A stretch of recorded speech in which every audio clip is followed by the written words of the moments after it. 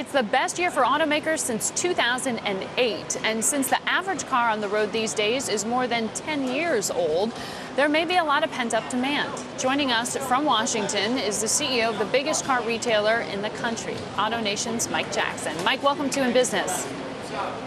Margaret, good to be with you this morning.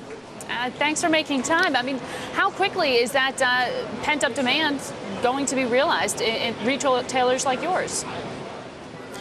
Well, the industry is on a journey back to selling about 16 million units a year, and the underpinnings of that are about 14 million cars a year are scrapped, come off the roads, and need to be replaced. And America is still growing demographically, forming a million new households a year, and that's about a car and a half a year. So coming from the complete catastrophic collapse in 08 and 09, where sales were down to 10 million, we're on a journey back to 16.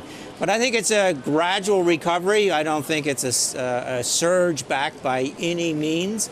And it's driven by genuine replacement need. As you said, the average age is approaching 11 years. We have exciting new products from all the manufacturers. They did not pull back on product investment during the downturn. And interestingly, we have great financing available for our customers, both in rate and in volume. And that's different than, say, home mortgages. Well, you raised prices back in the month of March. I mean, what's your outlook for the year ahead? Are you going to do that again? Yeah, I'll give my outlook for next year as soon as we see how this year ends. But I can tell you in principle, it's going to be up from this year.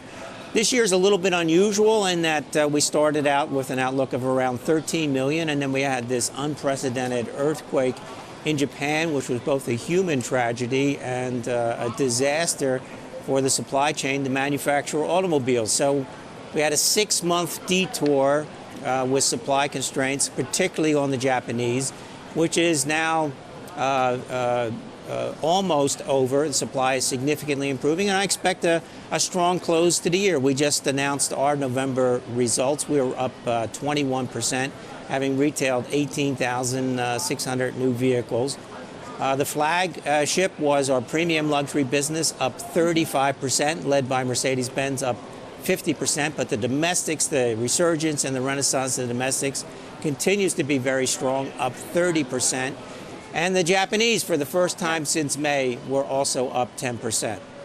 You know, we keep hearing about this bifurcated market with luxury such a standout, as you just gestured towards.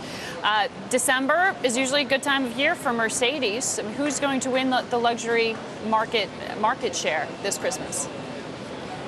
Yeah, well, I expect December to be a very strong close. As you said, it's traditional for luxury, but again, it was very strong last year, so you have to compare against that strong performance of last year. But we have more importantly, a lot of pent-up demand for the Japanese products from all the postponements over the last 6 months around the availability issue. So you put it together, and I expect a very strong close to the year in December.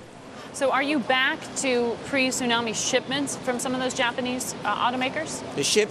The shipments are now above pre-earthquake period, but inventories are still quite low, and I really expect it to be into next year before the Japanese inventories are fully normalized. And don't forget, we had the floods in Thailand, and Thailand is a major supplier of Japanese electronic components. And that's been very hard on some of the manufacturers, particularly Honda. Well, lastly, you're in Washington. That's where you're speaking to us from today. Why are you there? Why were you meeting with Speaker Boehner? Well, I think Washington, D.C. is a city that you avoid at your own peril. You better be in Washington because I think it has a big impact on what's going to happen in America. So I had a wonderful breakfast with the Speaker. Of course, we talked about free enterprise and capitalism and entrepreneurial spirit. And I told him the tax system we have in the U.S. today, both corporately and personally, is very much in the way of this recovery.